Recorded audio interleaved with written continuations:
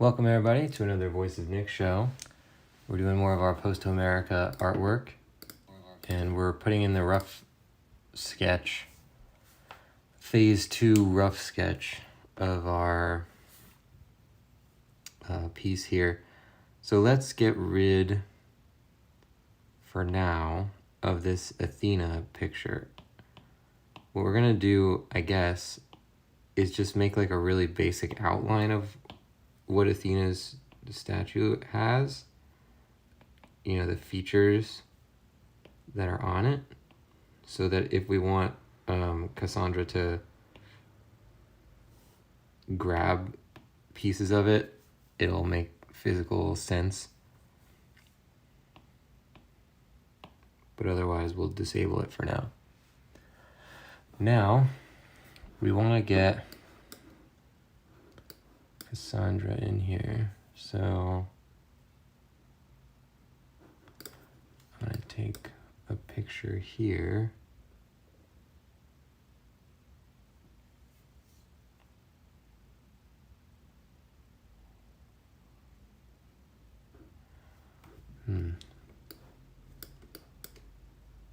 Trying to decide on a reference to use.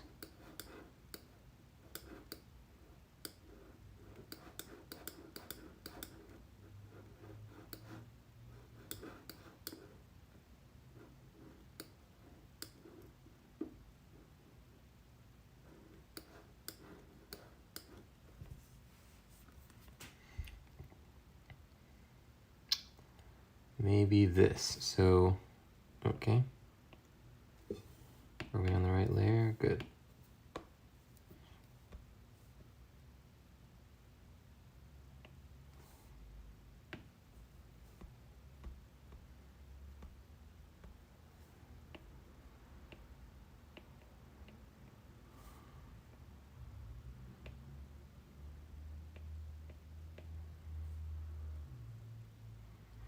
So we're going to be seeing, it's going to be a back view, I guess.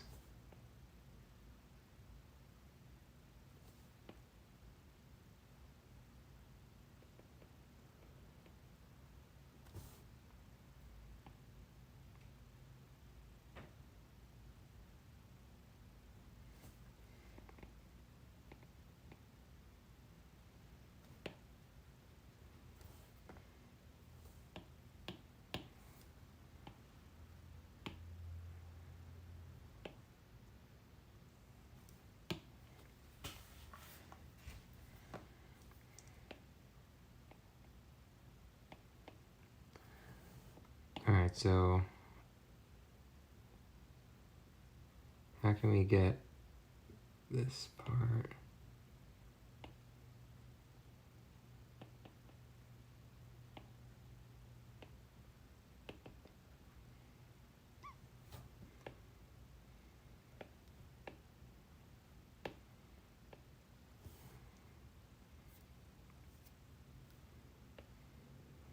It really does give the impression that she's like clinging on for dear life. So that thematically works.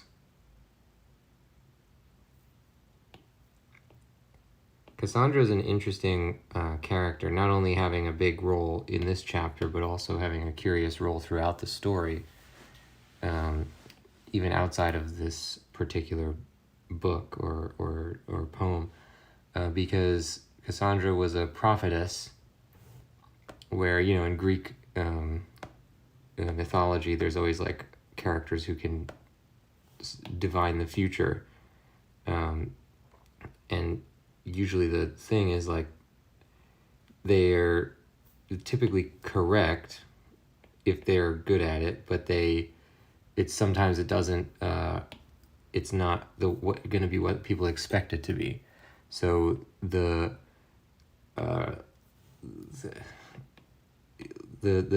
signs don't mean what the people expect it to be. I mean, so Cassandra had an interesting situation. I forget what she did or why it happened, but she was like cursed to always be correct, but no one will listen to her. So she like foretold the Trojan horse and the destruction of Troy all the way back in time, I think it was something like one of the Helen, what's her name, and Priam's sons were born, you know, years before the Trojan War, and she said, like, if this son survives, then Troy will fall, and nobody, like, there's all these prophecies that she makes that no one then listens to, and it's a particularly, I imagine, very frustrating existence. Okay, so we're gonna give her like a kind of a cloak thing of some kind.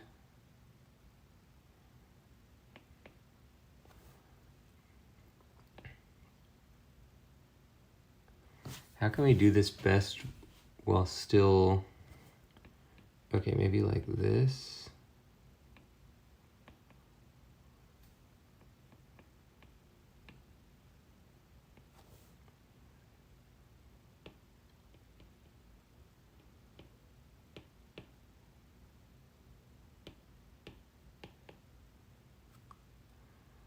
All right, and then it's like a robe that's falling off. I'm taking inspiration from a particular piece of art for this aspect, because it definitely communicates sort of the desperation,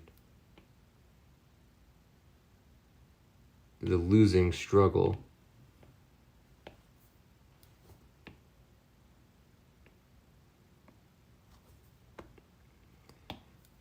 And we'll you know, properly render that in the next stage. We're not going to render that now, but let's give her a face, I guess.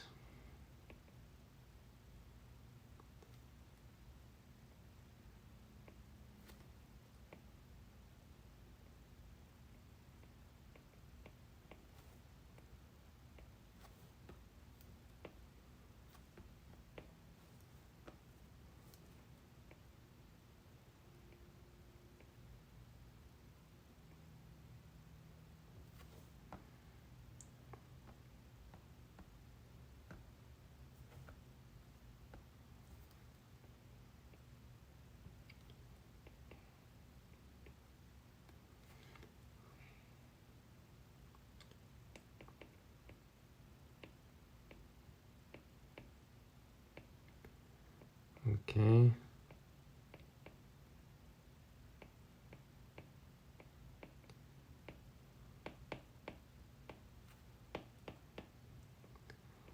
And I guess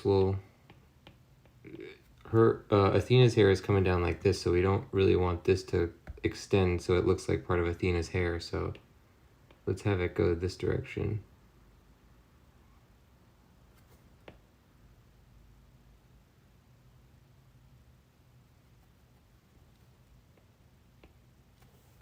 Oops. Okay.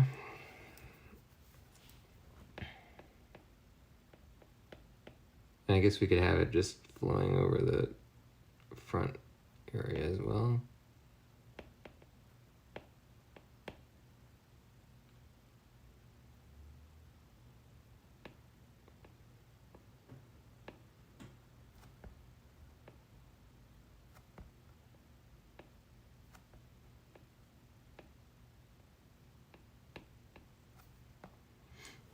All right, that's not exactly realistic for, in terms of like how a Greek character would be depicted, but we'll tighten that up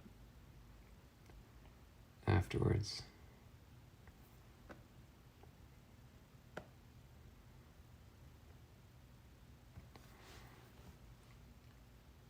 The larger question being, do we like the pose? It definitely looks very sort of last ditch. Let's get Athena in there. And I suppose let's get an underlayer under Cassandra.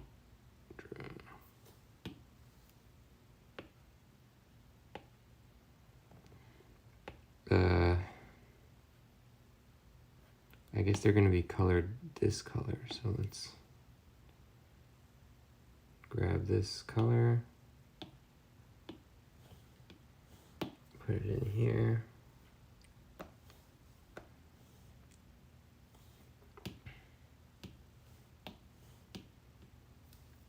And we'll just really quickly fill in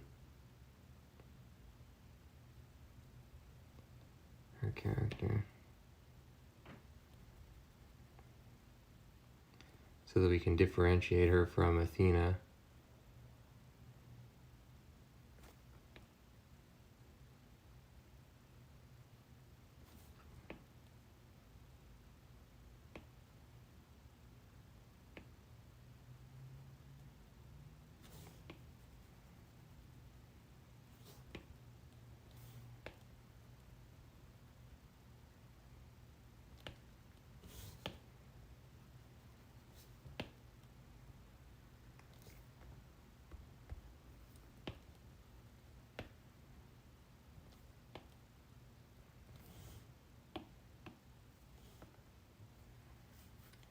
Okay,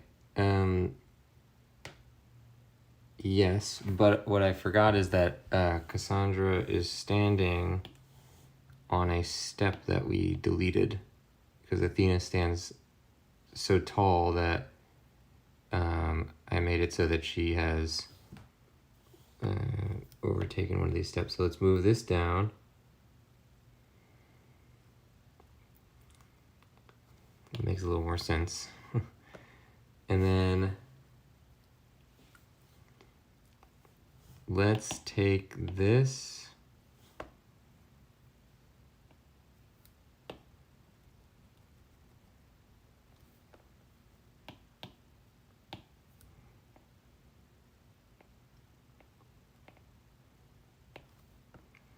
maybe she's just grabbing the statue like that. And I don't really love this aspect of the pose. I can't reckon it. It looks like some kind of a fighting move or something, like she's a warrior of some kind, you know, with some kind of like combat style, martial art.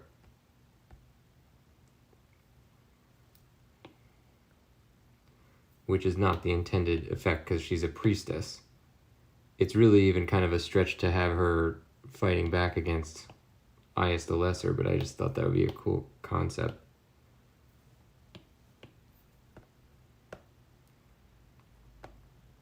Maybe once we get the step in there.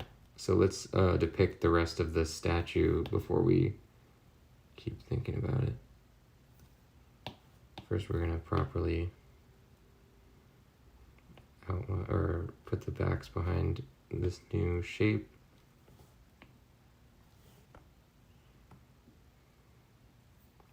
I think this plays, though, that this is a statue and that these are the two characters. And if it doesn't, then we'll maybe make Athena's color a little bit darker. That'll definitely solve the issue.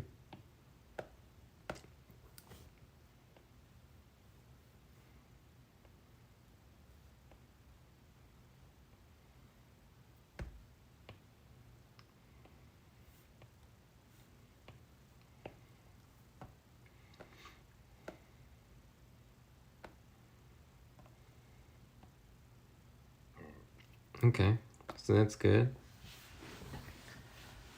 I don't love the clothes. It kind of imitates what our reference does, but I just don't think it reads as well as I would like. So we're probably gonna lose that. Come up with either a new costume or just no clothes.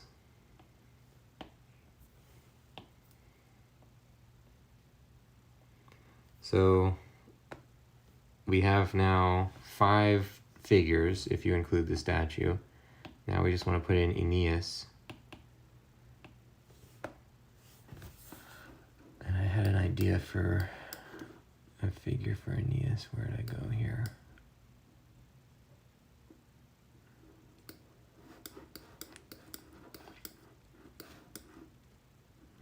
Oh yeah, this guy. This Aeneas figure is actually, I think I'm taking reference from the same figure that I tried to shoehorn into that chapter with Philoctetes and Paris.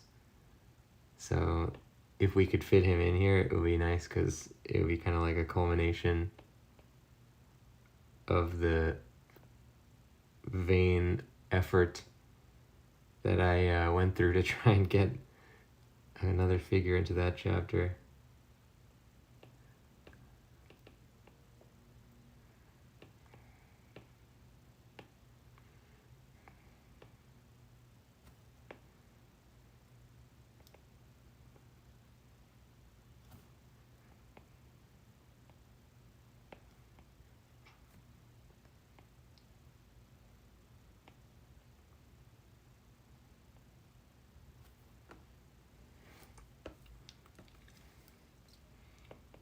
So let's first just try and fit his arm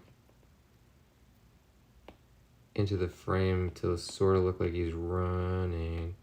Can we do it? Well, that's not a human arm.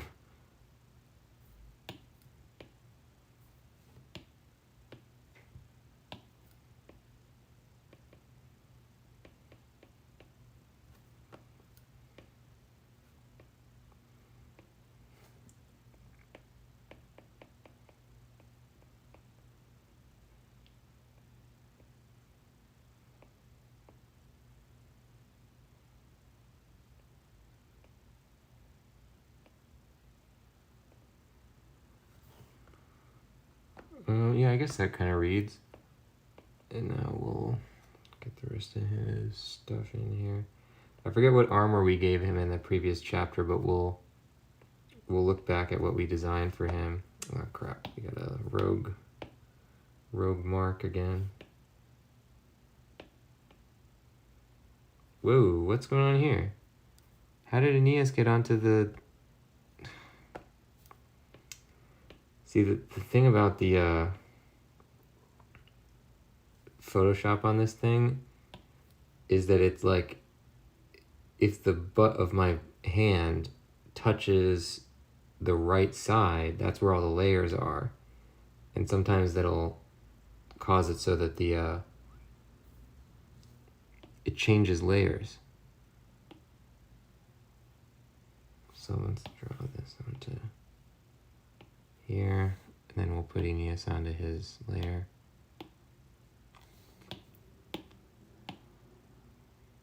And we gotta make him taller anyway, so let's just do that. And good. Neoptolemus is on his own again.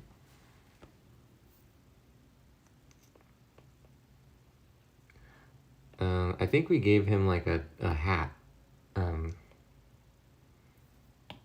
It looked like a farmer's hat, sort of.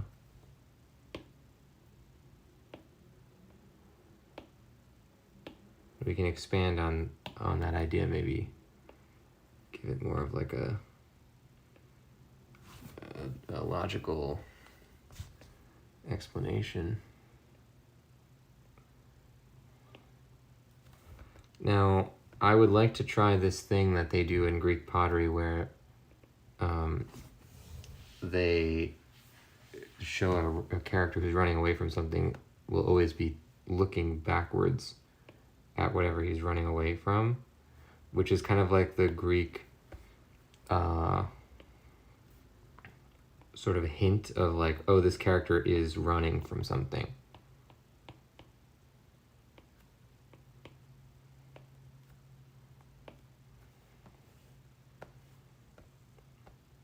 I feel like this part is...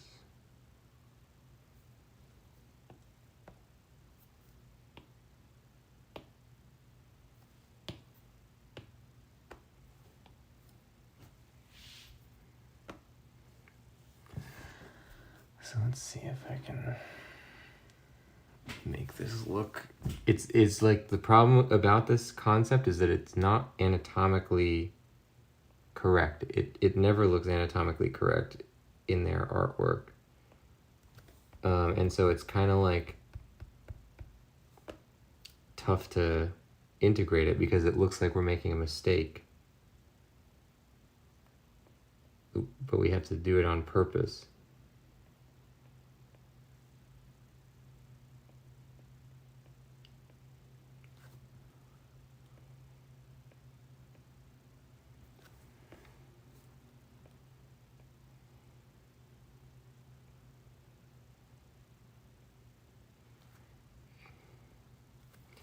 Let's take a look at our Aeneas design.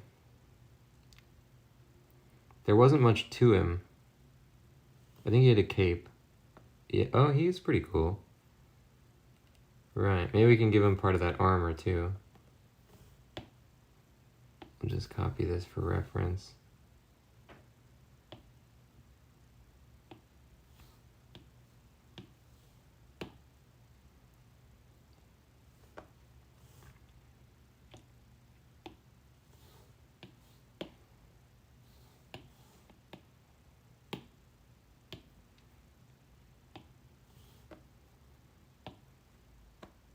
So that's his hat.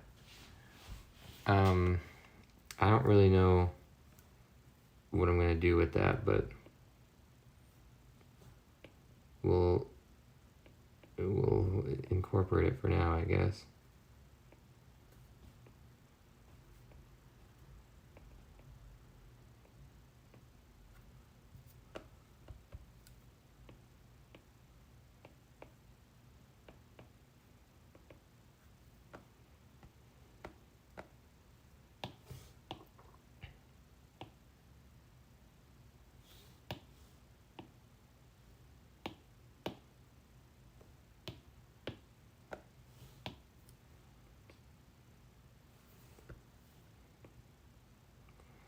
And then maybe there's like a...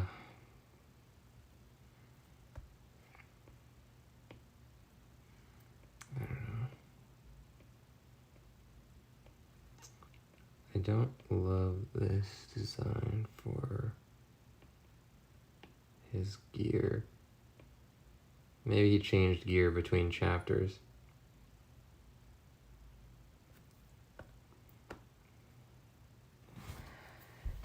What if we did...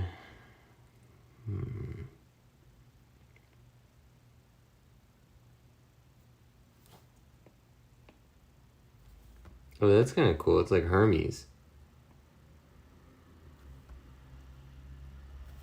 Let's take a look at some Hermes pictures.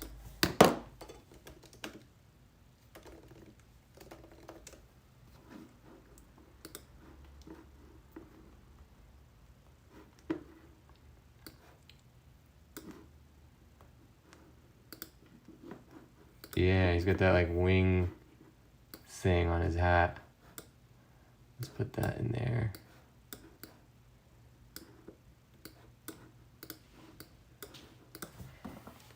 So it's not going to actually be a wing, but maybe it's like just a general feather.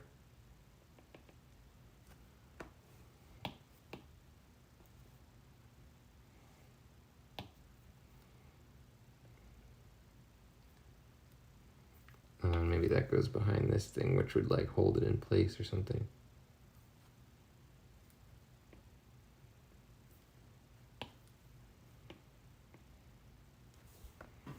All right, I approve of this. Now let's get rid of this little underlayer thing for his head, and we'll put his new head in, and we'll see if we can get it to turn in this direction and look decent. It feels very wrong because it's completely impossible for a human being to turn their head like totally 180 degrees like that. But it's something that occurs a lot in this stuff, and I would like to incorporate it if I can.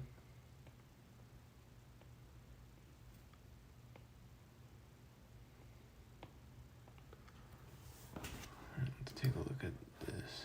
I don't hate it as much as I thought I would, to be honest. So I'm looking at a nice kind of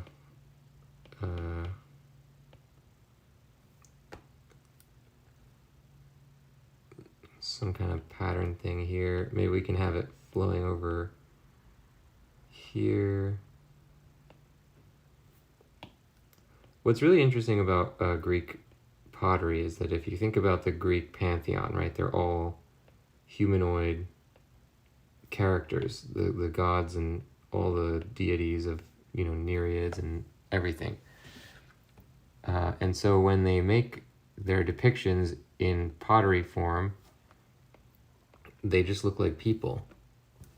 And when a piece of pottery is not, like typically on a piece of Greek pottery, somewhere in the margins or on the base or something, the artist would have like written notes of like who the characters are. And that's how scholars sort of know, oh, this is supposed to be depicting this or that event. But a lot of times when they don't have notes in the margins, scholars not only can't tell what's happening on the picture and just have to guess, but also they can't even tell whether it's supposed to be a scene depicting like a poor farmer, you know, saying goodbye to his son, or if it's like Zeus, you know, bestowing a thing on Heracles or something, because they would both be depicted the exact same way. They look like people. And so for this, it's like Aeneas in ours, but maybe it is Hermes for some reason. I don't know what the explanation would be for it being Hermes, but it's interesting to do it in such a way that that it is up to interpretation. I've been writing the illustrator's notes for the book, and I mentioned that as well, where it's like I encourage, you know, I put my notes of like what each picture is like meant to represent from my side, but I immediately say like, but I encourage you to ignore this.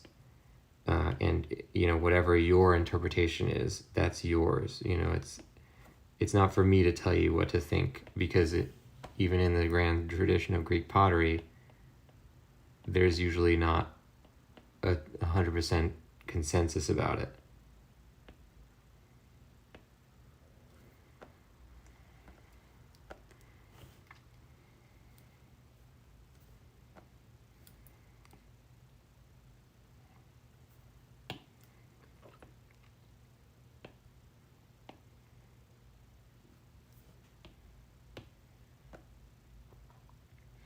I think we'll lose a lot of these costume parts for Aeneas. I don't want him to stick out that much.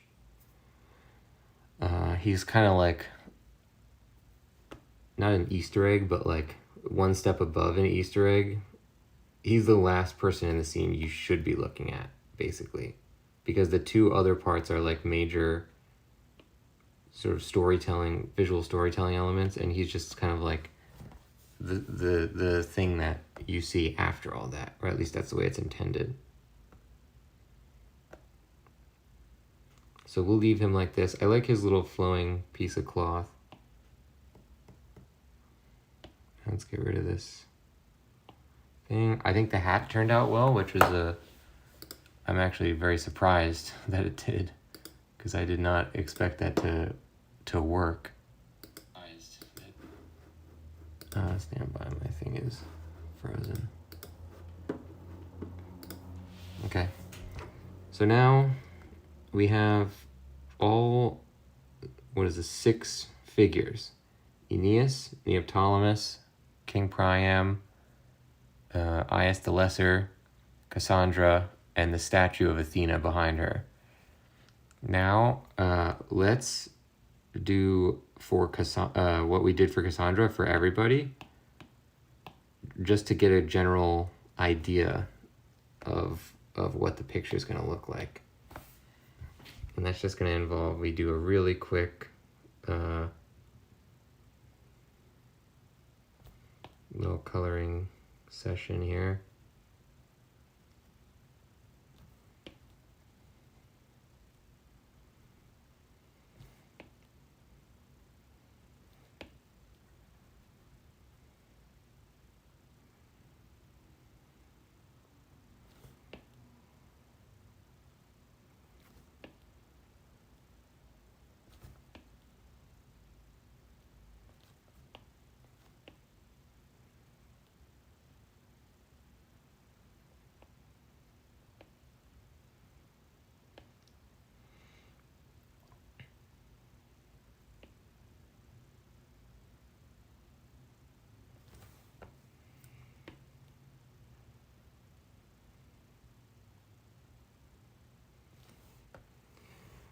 Okay, let's put these together. This layer can go, this was just our Athena reference layer. Yeah, it doesn't have any information in it. Okay.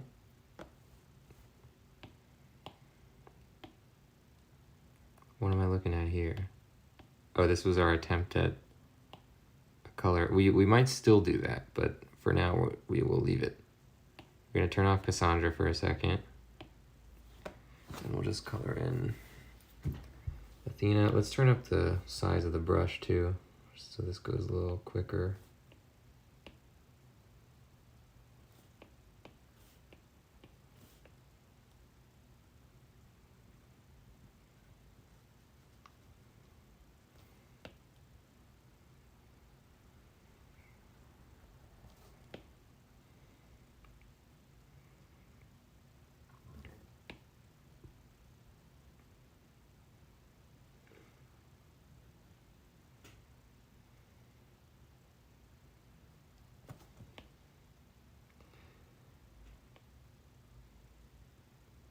I'm pretty happy with how quickly this picture has come together, because I didn't really, you know, like for the previous chapter, which was the fashioning of the Trojan horse, that I had sort of very clearly had an idea of in my mind for a long time, like since, you know, chapter 5 or something. I had wanted to do that for chapter 12.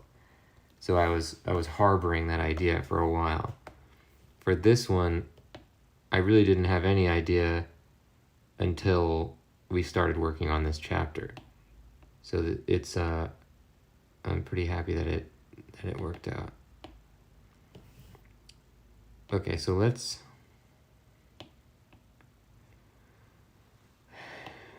add, oh no, that's a brightness contrast for the entire picture. How can we just add one that affects, maybe if we make it a mask?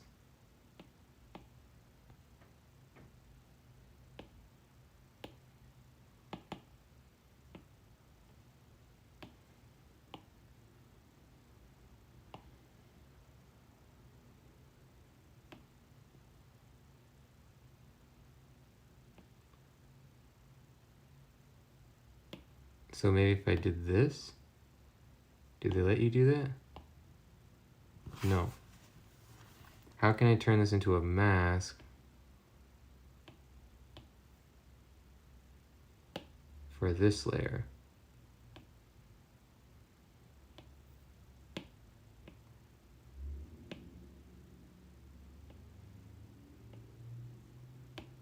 I don't think that's it. I think maybe it would be,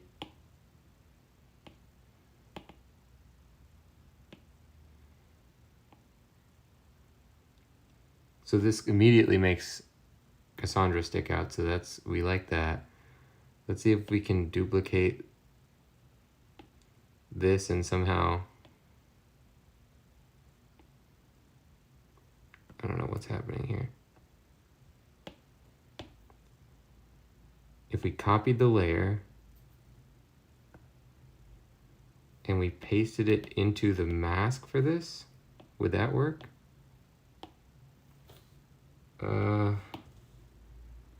No, it does not work.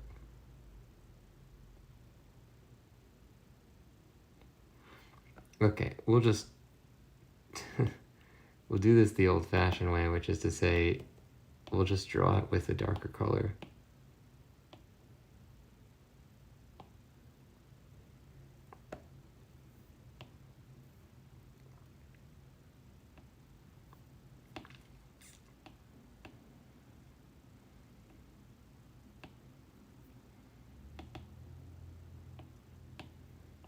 We'll keep our old color just to see. And these are the kind of things that we want to figure out now, you know, before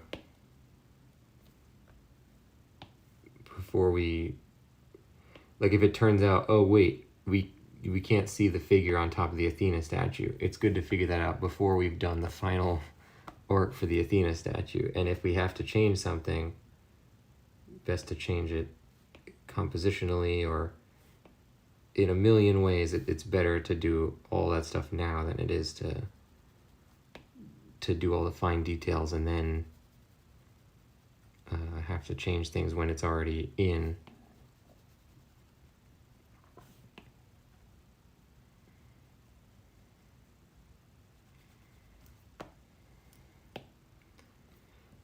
So this definitely pushes her into the background nicely, and I don't think this really would exist in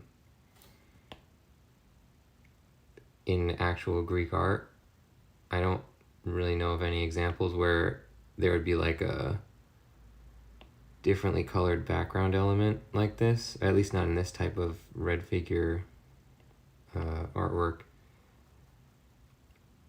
But it works for our stuff. There's definitely instances where they would use white or like brighter colors, so maybe it still makes sense.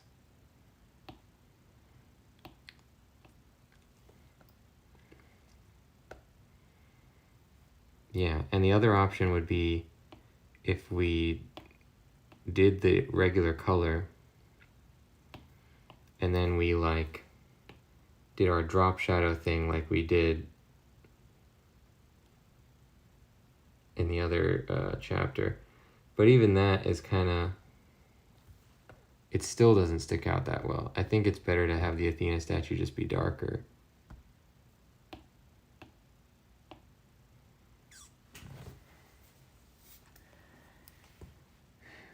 Yeah, and I would leave the stairs, I guess, the same color, because it's on the same plane as where she is. Yep, okay. It just works as a visual shorthand to say, like, this is not a living thing. This is a different situation than the person.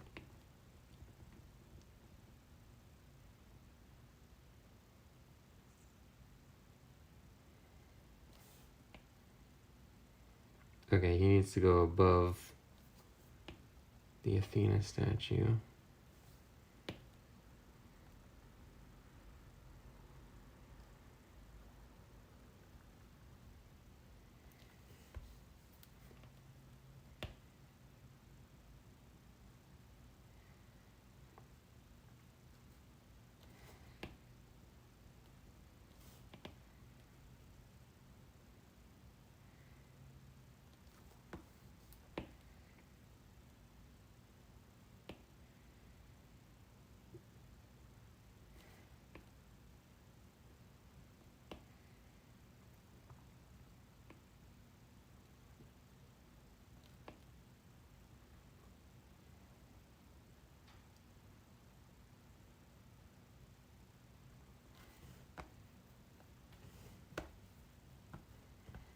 Okay. Let's put him here. Great. Now we want to get Priam, and we'll get the tower thing that he's in as well.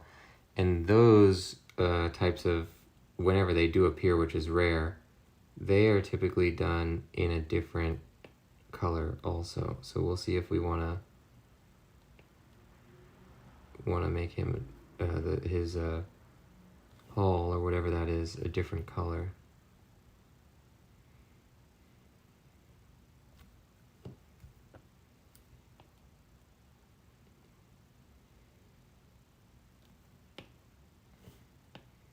And this is his like robes, I guess. I think the robes kind of work now that I'm looking at it. Oh, and I think this was supposed to be like his arm wrapping around the pole, so we'll discolor that. We won't color that, rather. And also I think his head would be behind the pole as well.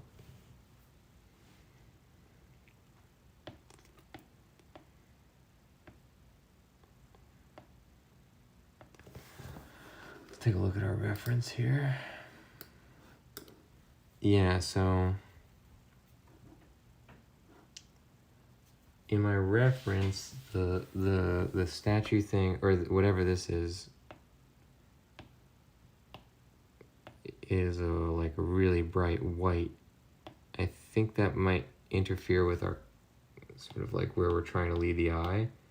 Although it is the center of the frame, so it's not like totally out of the question that it would have some kind of visual priority.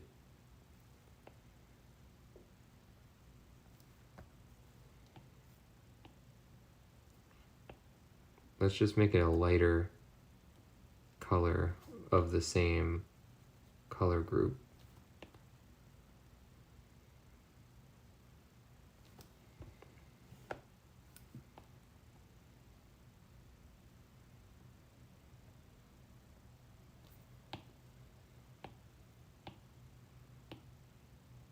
Maybe like that. Yeah, I like that better actually. So let's delete this and do it again.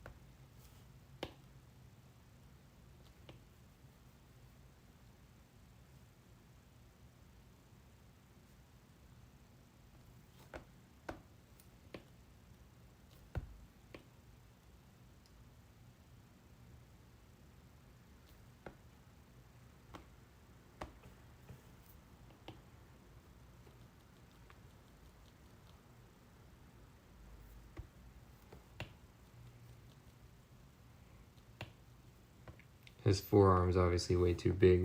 We'll fix all those type of things later.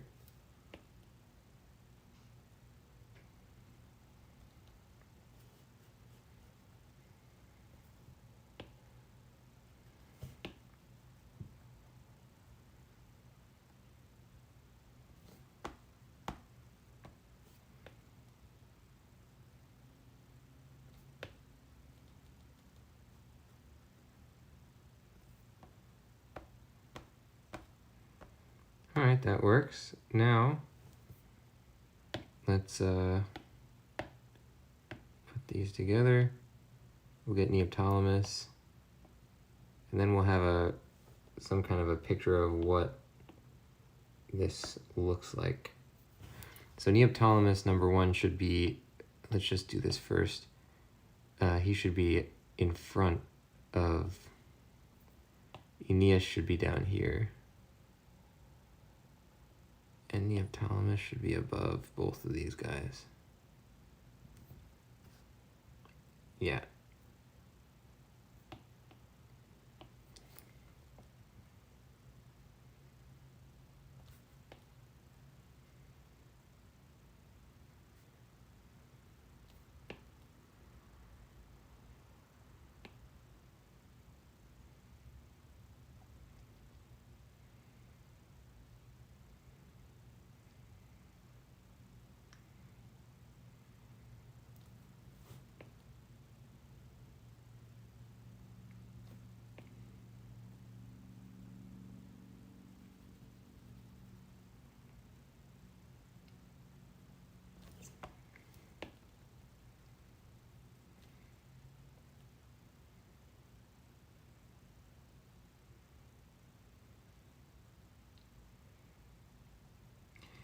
I really like these types of red figure pieces where there's a lot of overlap, and we're definitely trying to get that in this one as well as in the one with Philoctetes in Paris.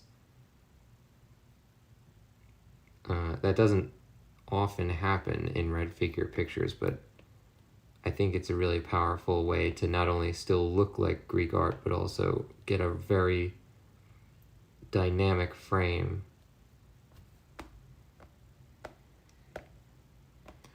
Okay, so we now have every figure in the picture. The most figures we've done in any of our pieces so far. And that's the general composition.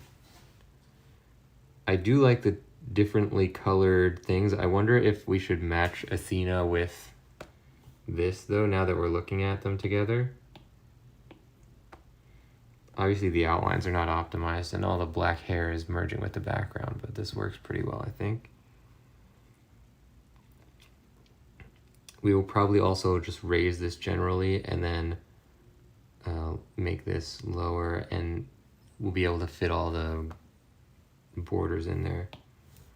So let's put another layer on Athena. First we'll turn off Cassandra.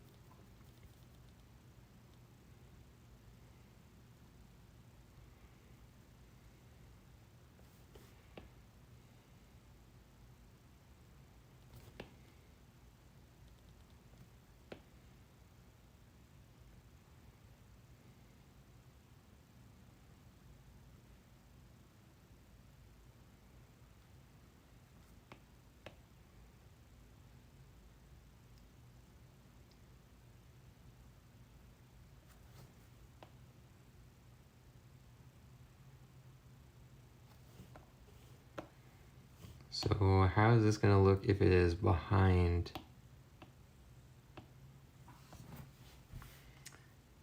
You know, yeah, that really works actually, because it definitely reads now as like a marble sculpture or something as opposed to a person.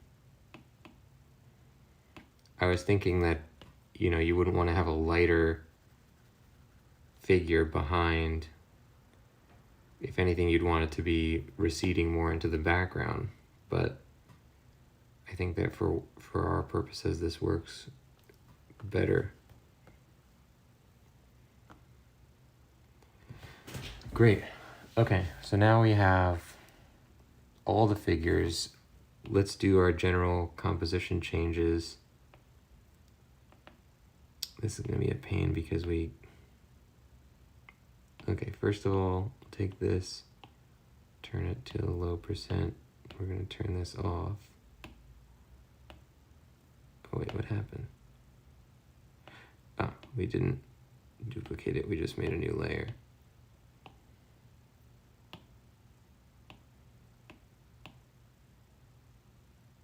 So we'll do like that so that we can still see the general concept of the background. Now, for this, it's kind of annoying because we have to like move both layers separately. You can't, in mobile Photoshop, it doesn't let you do what we're trying to do really. But if we did this and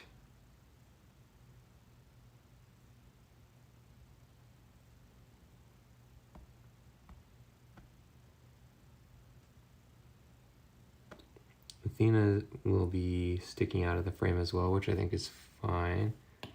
Maybe we'll move this a little bit higher.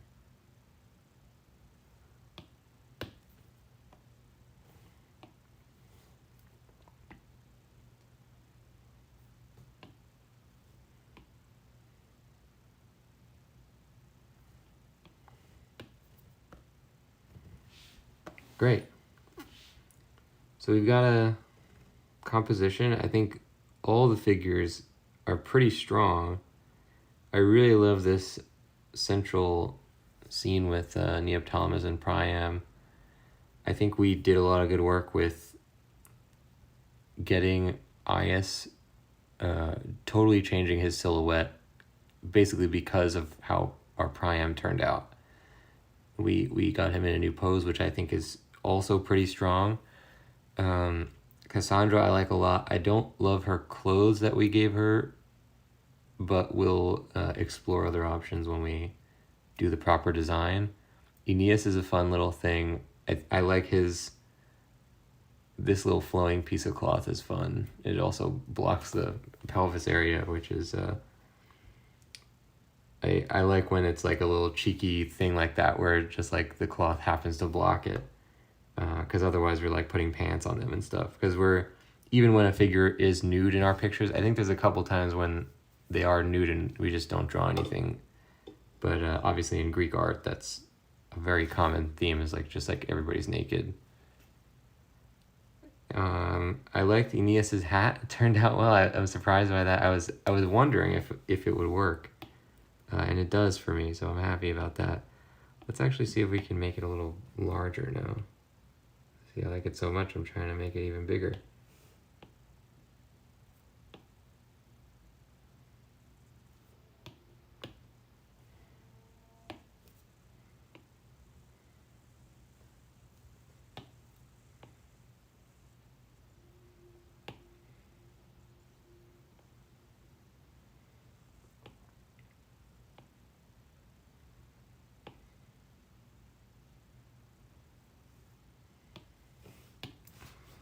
Good.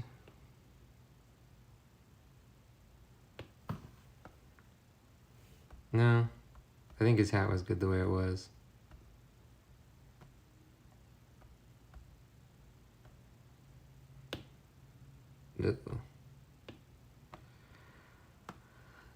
Yeah, I think Priam turned out well. He definitely looks like he's cowering away from Neoptolemus here. One thing about him that we should probably do, now that I'm looking at the design, I think we should probably let his leg go behind.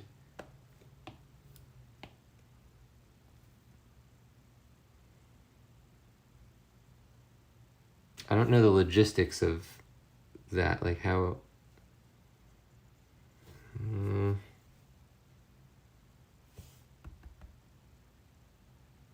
No, yeah, it definitely feels like this wouldn't work unless his... Oh wait, what am I doing?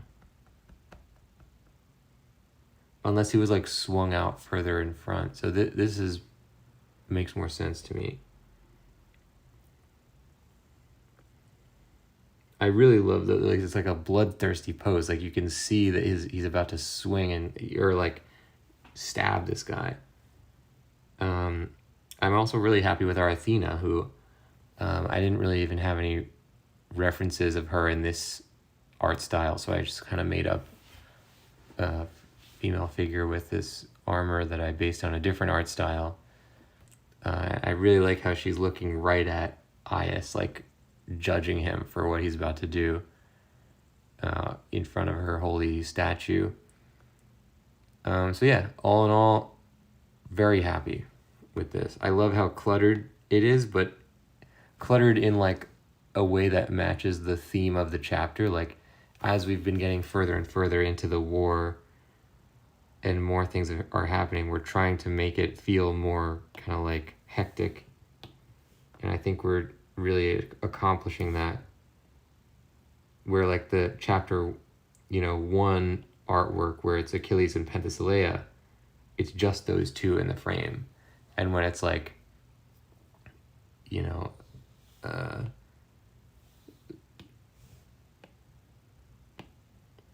these earlier ones, Aias is like fewer and stuff, like, but as we get further in, this similar type of thing to Achilles Penthesilea, this is 2 figures. Now this is another 2 figures, but it's like strewn with corpses and there's like, debris and things all over. And then these ones, the same type of thing where this is just like a bunch of people like just shooting arrows and throwing things in all directions and stuff. Like there is still sight lines and it's composed, and there's like a cadence to the frame where you're looking where the arrow's pointing and stuff. Like it's not overly cluttered, I don't think, but it definitely feels more hectic and cluttered than the earlier ones, to like visually represent the chaos. And this is obviously the most chaotic chapter, where all of Troy is being completely sacked. So I think it works really well. I'm very happy. Now the next step is we go back in, we redo each figure on top of the rough outlines, and we we make our final line art for each figure based on these sketches. So we're in a good spot. In comic book terms, we would be going to the inking phase next. So that's pretty good. We're moving fast. Ladies and gents, that's going to do it for this one. Thank you for joining. The channel is called The Voice of Nick. If you want to see more, don't forget to hit the follow button, and I'll see you next time. Bye-bye. Have a great day.